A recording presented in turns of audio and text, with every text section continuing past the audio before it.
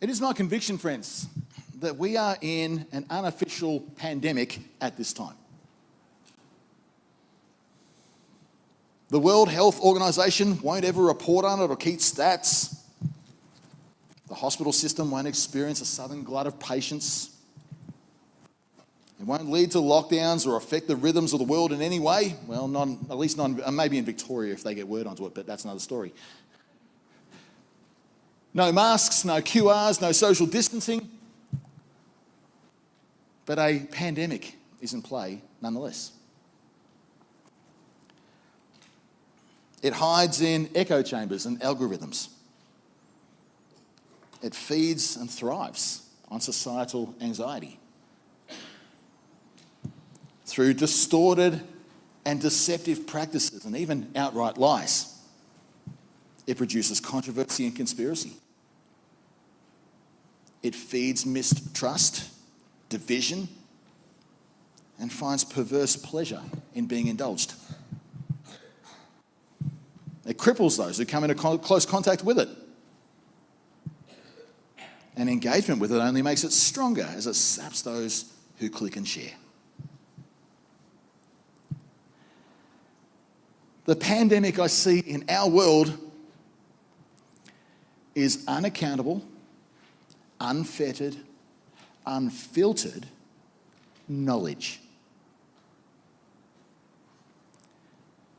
Information improperly gained without correct context or the correct discipline of study that it requires to process it.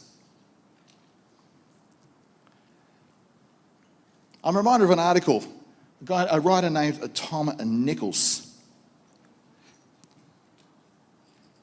He said this: "There was once a time when participation in a public debate, even in the pages of a newspaper, required submission of a letter or an article. And that submission had to be written intelligently, pass editorial review, and stand with the author's name attached." Who remembers those days? Even then, it was a big deal to get a letter into a major newspaper. Now, anyone can bum rush the comment section of any major publication. Sometimes that results in a free-for-all that spurs better thinking, but most of the time, however, it means that anyone can post anything they want under any anonymous cover and never have to defend their views or get called out for being wrong. The scary thing is that this was written 12 years ago. And it's gotten arguably worse since. In this unofficial pandemic, every university degree acquired means little to carriers.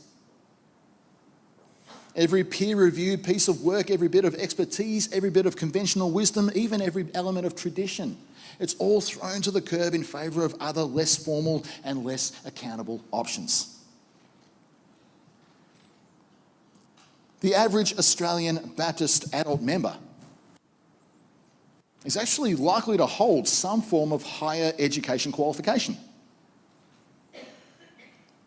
So the average Baptist adult is likely to become in close contact with this pandemic.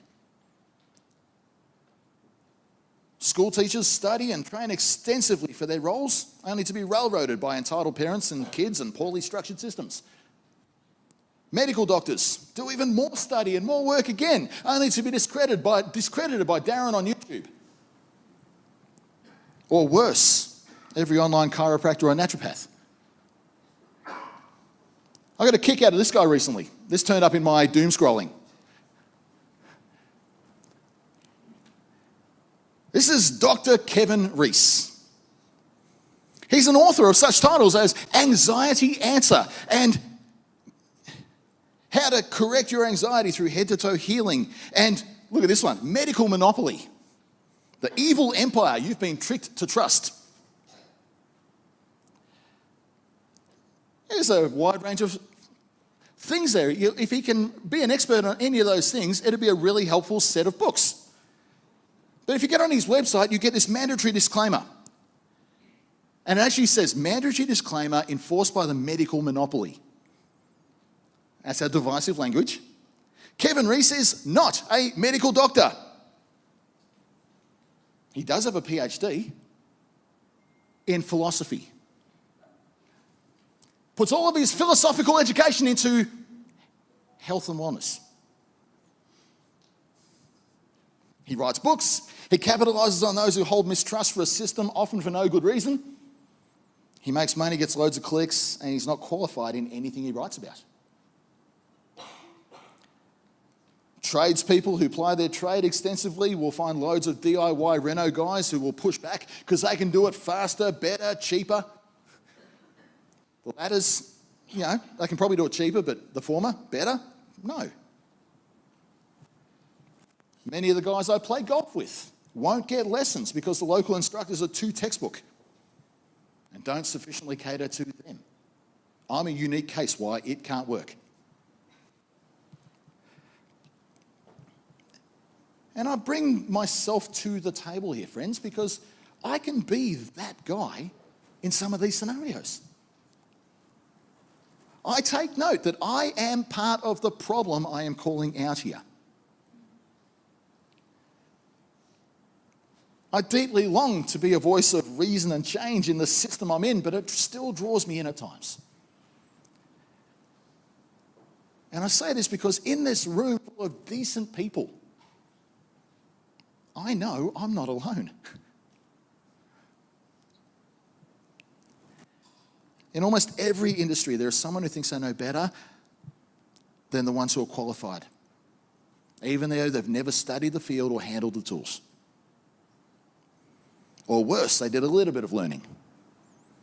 They read a book, sat a course, did one subject, dropped out, watched a few YouTube videos, and now they're an expert. And if we're going to filter this down, this is actually true in theology too. Every week, heavily studied and accountable preachers take to pulpits all over the country to share the word they've faithfully wrestled over to ensure orthodoxy and correct application.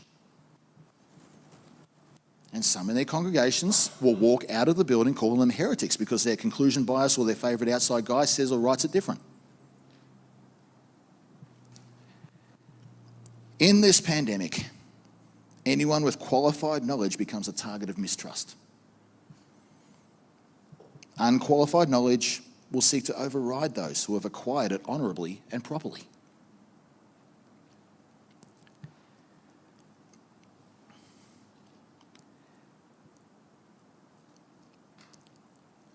This condition, friends, has been a constant presence in the church for 2,000 years. We even have a set of biblical texts dedicated to combating it. Particularly what we're going to study from now till Easter. My working title for this series is What We Must Know. This is a sermon series which is going to explore the Gospel of John. We've been spending a fair bit of time going back to basics in some regards, the Nicene Creed and other things like that. And now we're going with something that many of us should be rather familiar with. For many of us, when we first came to faith, we were told this should be our beginning point in our journey. And it's a very clear gospel. For some in the room who are newer in faith, you might be reading this right now and you're looking to make sense of it, and I hope that's the case. But it also holds the keys to some of our foundational doctrines as believers today. It clearly and passionately addresses a number of teachings that even today are being challenged by elements of the religious world. For the seasoned believer, this gospel continues to speak to us about what really matters in our faith. From church tradition, we learn that John was living in the city of Ephesus as he wrote this, around 80 AD. Let's be generous there. The immediate audience is likely a non-Jewish one. And for those going to Thailand this week, imagine downtown Bangkok being the audience.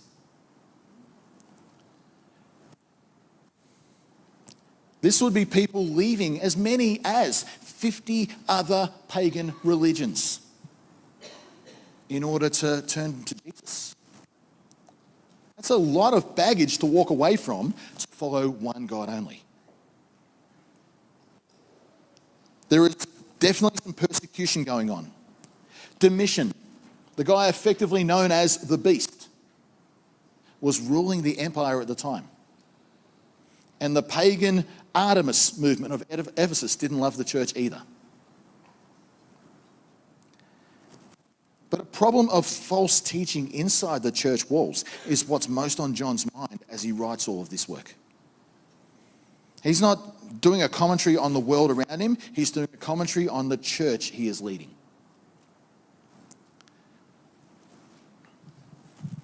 There's some false teaching emerging, and these are the ones that will be called antichrists in a future letter, and that is the only time that word is used in Scripture.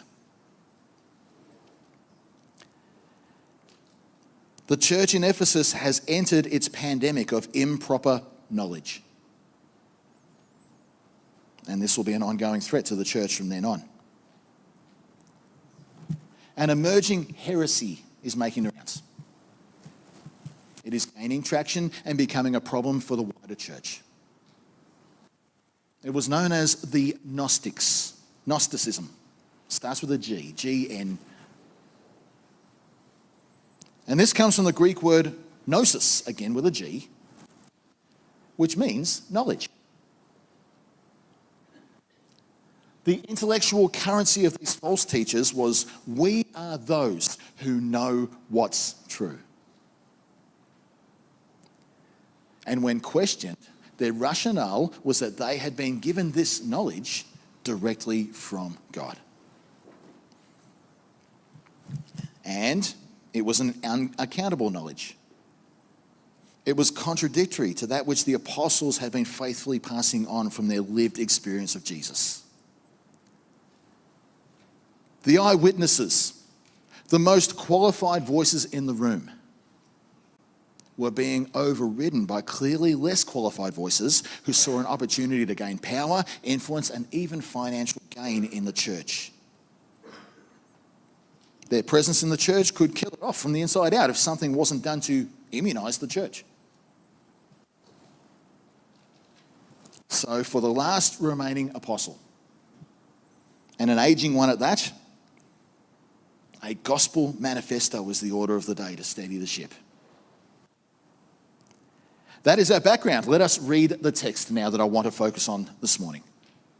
John chapter 1, verses 1 to 18.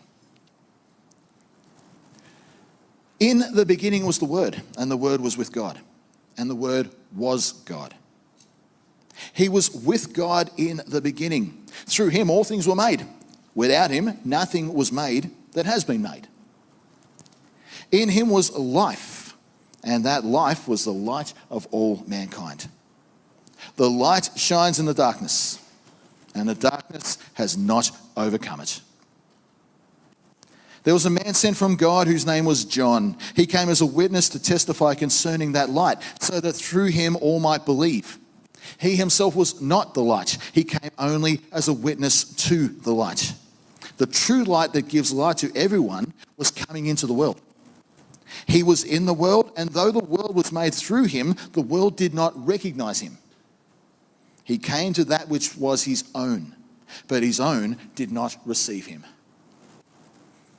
Yet to all who did receive him, to those who believed in his name, he gave the right to become children of God. Children born not of natural descent, or nor of human decision, or of husband's will, but born of God. The Word became flesh and made his dwelling among us.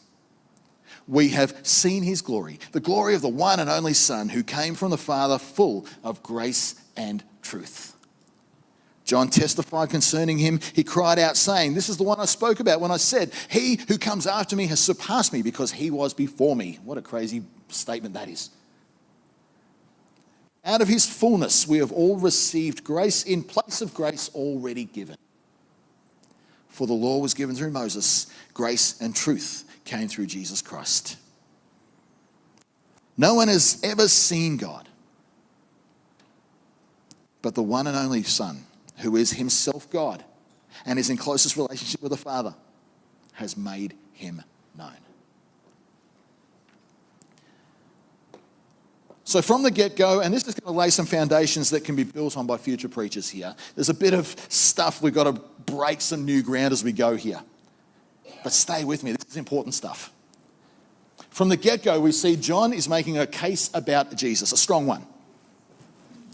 He says, in the beginning was the Word, who was both with God and was God.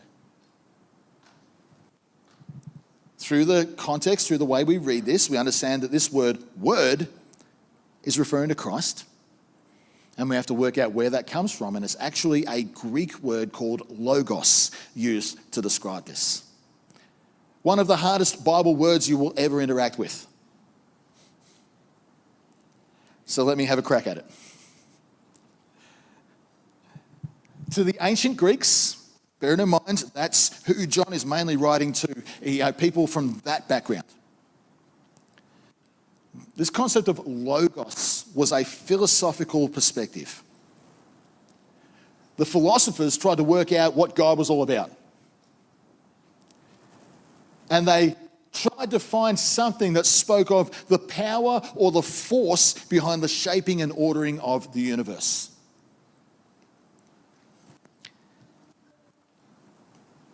So they came up with the word logos, word or reason. And it speaks of the power source of the heavens, which the Jews understood to be the one true God, and the Gentiles understood to be simply the highest spiritual authority. Here's the weird thing. They had all these deities. Like Ephesus had 50 different shrines and temples to gods. And not one of them was solely responsible for the ordering of the universe. There was something even higher than those gods, even Zeus and Artemis, that was giving power to those things. And Logos just gave it a mysterious name. They had no idea what to call it, so they gave it that.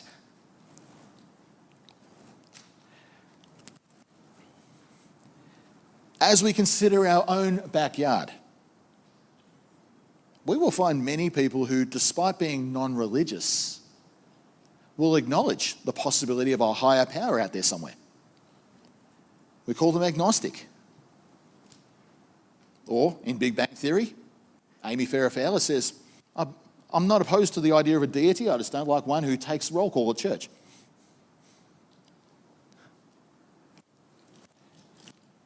They may not want to name this high power, because if they give it a name, they then become accountable to it. But there is a sense among many in our world that something outside of ourselves must surely exist. And that unknown force, that unknown deity, that unknown power might resonate with the Greek logos concept.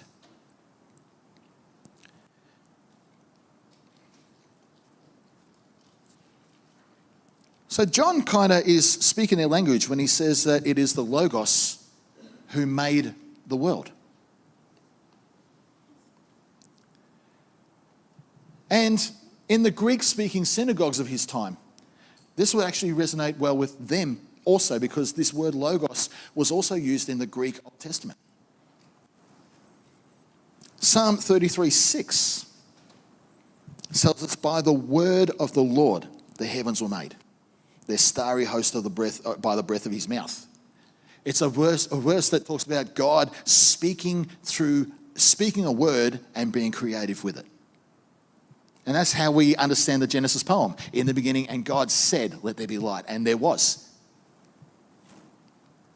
That by the word of the Lord, that word is actually being used. The word logos is put there by the Greek Old Testament in order for the Greek-speaking Jews to understand God as well. They didn't want to they didn't want to use the unmentionable name of God, so they put logos in there.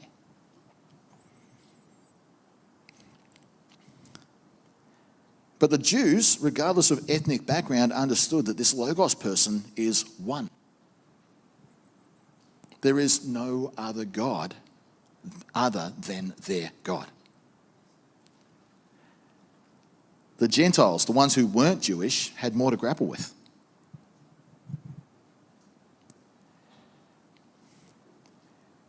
In the Greek mindset, the deities interacted with the human drama.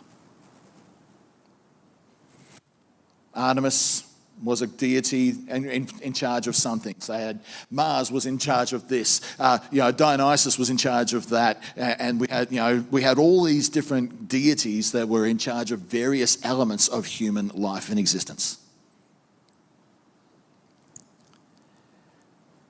But in the Greek mindset, this highest power, the Logos, didn't interact with humanity.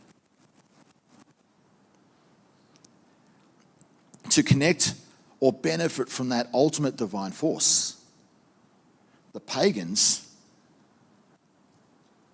would engage with lesser gods to try to get there. Therefore, all roads lead to God.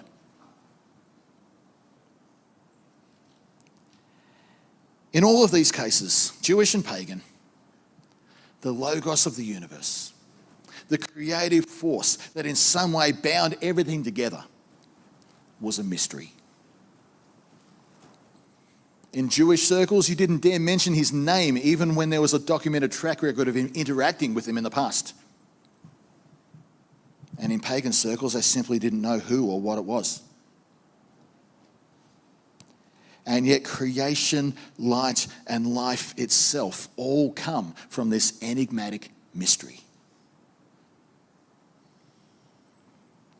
So John's next comments would hit the ancient reader like a bullet.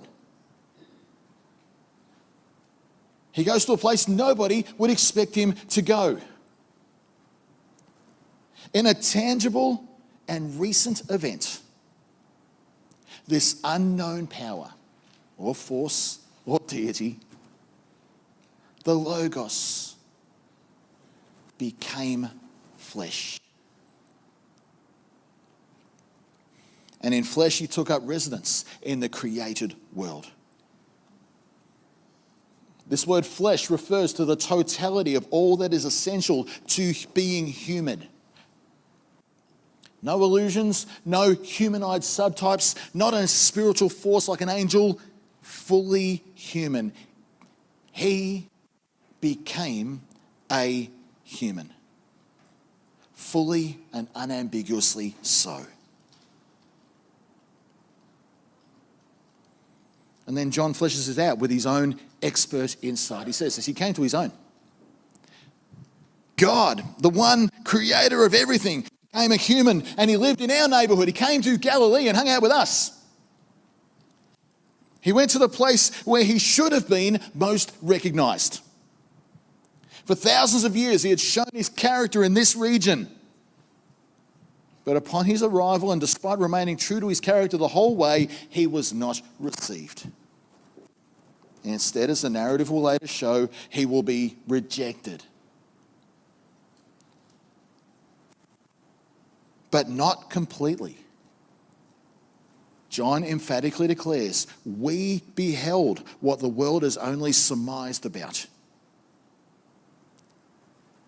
Pagans, what you have only hypothesized about and reached a limited conclusion about, we have properly known. And we met him in the flesh. He lived in our backward neighborhood. And we saw his glory. The mystery of Christ's incarnation is in play here. Now, if you met me as a stranger would, and if as I hope, you found me to be pleasant and friendly and all those positive traits,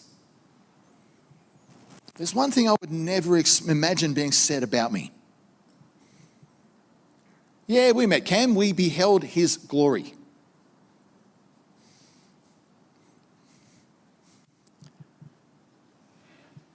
Not me. Not anyone else here. Nobody is going to describe my glory or yours. But the man set before them had a tangible glory to behold. He is very much man, very much human, but his glory is on display at the same time, revealing his full divinity.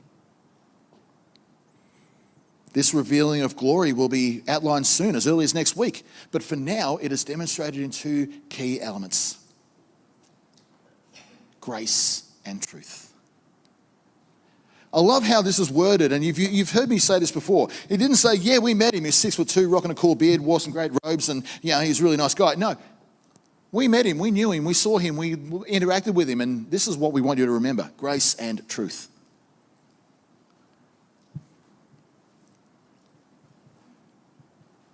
God has been revealing these things for generations already.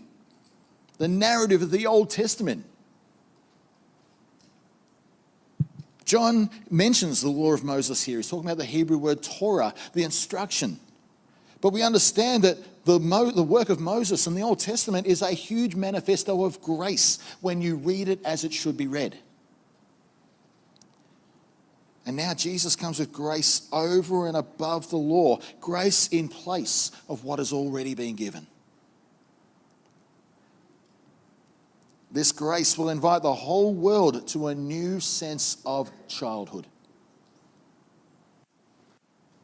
Not based on heritage, not based on human family trees or lineage, but in grace, the call to the whole world is to believe and receive. Since this is a foundation setting, let me point this out. Belief in John's gospel is a verb. What must we do while we believe? This verb is going to pop up 98 times in John's gospel. These things are written that you might believe. This is one big call to action. To the audience that he is dealing with, he's not calling for some ambiguous word like faith or some sort of mental nod. He's not counting up sinners' prayers and calling it done. He's calling the whole world to reject every other worldly mindset, all 50 of them in his context, and give their all, every part of themselves, over to the one true God who is made manifest in Jesus. Related to this, to receive is again not something to merely pray, oh Jesus, I asked you into my heart. This is a lifelong commitment of fellowship with the divine. A lifelong, generous, common partnership with God. In short, nothing of us is off limits to him. As John's idea plays out, we will soon learn that this will be evidenced in how we engage in fellowship even with each other. If we won't be an active presence in the family of God, our relationship with God gets distorted. And we may become more like the false teachers that John is writing against here than we'd like to acknowledge. So as I come to an end of all this, you might be asking, where's the pandemic on all this? Well, here's the problem. John isn't writing into thin air. The church has reached a point where where John isn't preaching to the choir anymore. Orthodoxy is being challenged. He's the last guy standing in order to combat the threat. Early Gnostics had a problem with the idea that Jesus could be both God and human. It's likely that this new breed of preachers had come from pagan ideals before their faith, and their ancient logos ideas were possibly carrying over into Christian thought. They were paganizing the message. In their thinking, there was no way God could occupy a body because they believed all matter was by its nature evil. The pagan eternal outlook was a disembodied one. One day they could all die and escape this sinful physicality. To the Gnostics, if Jesus was divine, then it was surely more of an apparition rather than physical form. The body of Jesus was more likely an illusion, so he only seemed to be human. So the big problem is that Gnosticism denies Christ's full deity and his full humanity. In Gnostic doctrine, Jesus can only be one or the other. So if he's fully man, he's not God. And if he's fully God, he can't be a man. He can't be both, as John claims. Gnostics had a problem by separating body and spirit in their view of Jesus and in view of themselves. They lent into their flesh being evil and their spirit good. And in this separation, they believed they had divine permission to live how they like in satisfying the flesh, while claiming goodness because their separate spirit was unaffected by the sin of their flesh. And when questioned by the likes of John and those who learned from him, the answer was a super spiritual one. We know the real truth because God has shown us what's true. We're living as we do, teaching as we do because God has permitted us to do so. He's totally fine with how I'm living. These things are more present in our world than we might know. Or maybe you're recognizing it now. Gnostic thought is present in Islamic doctrine. God can't be a man in their thinking, so they have all sorts of issues with the deity of Christ. They respect him, they revere him as one of the prophets, but that's where he remains in their thinking. It's rife in the cults that call themselves Christian but clearly aren't.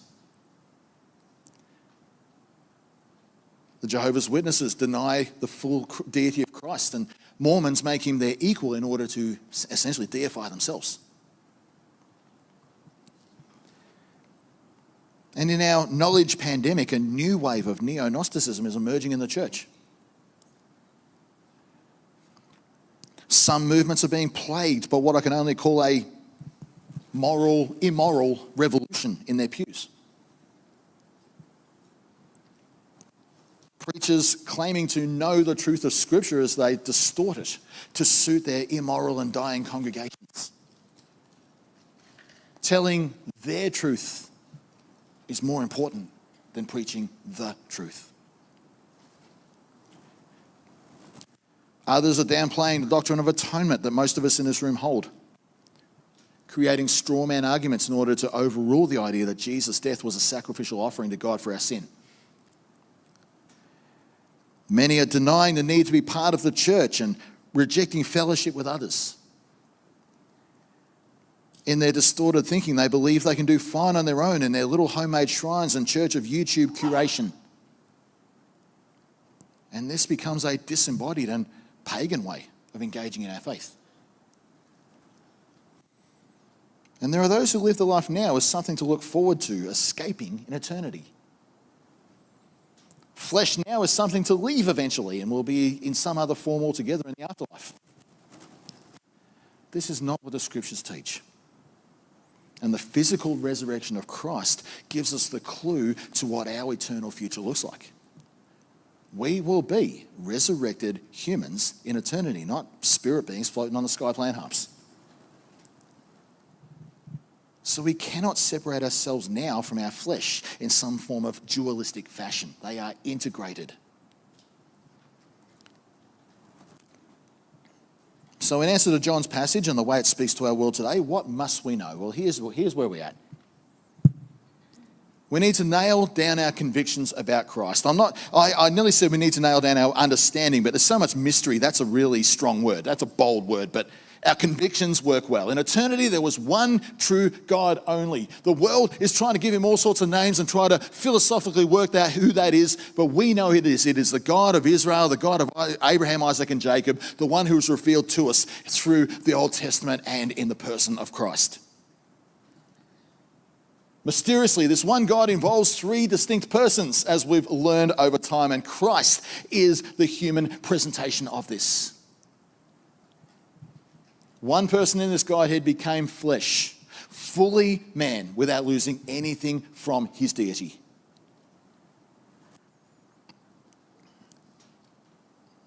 It's worth looking up a creed that was written in AD 451. Jesus is to be acknowledged in two natures: inconfusedly, unchangeably, indivisibly, inseparably. The distinction of two natures by no means taken away by the union, but rather the property of each nature being preserved. In other words, Jesus is both human and divine. They are both fully preserved and unchanged as they occupy the one person.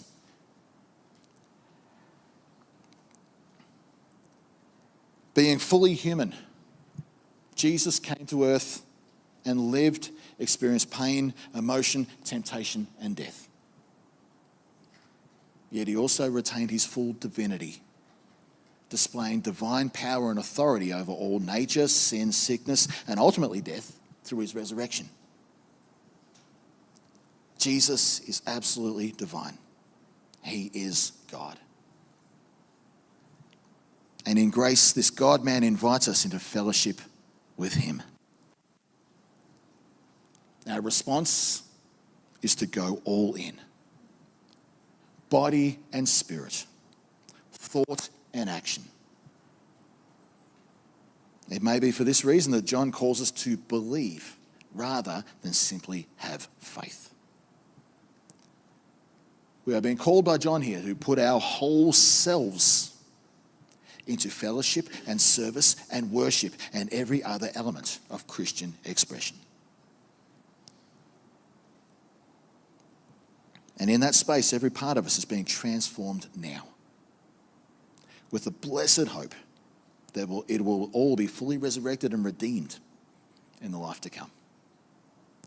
And finally, this doesn't permit us to live as we like. Jesus lived the life we should have lived. And he died the death we should have died.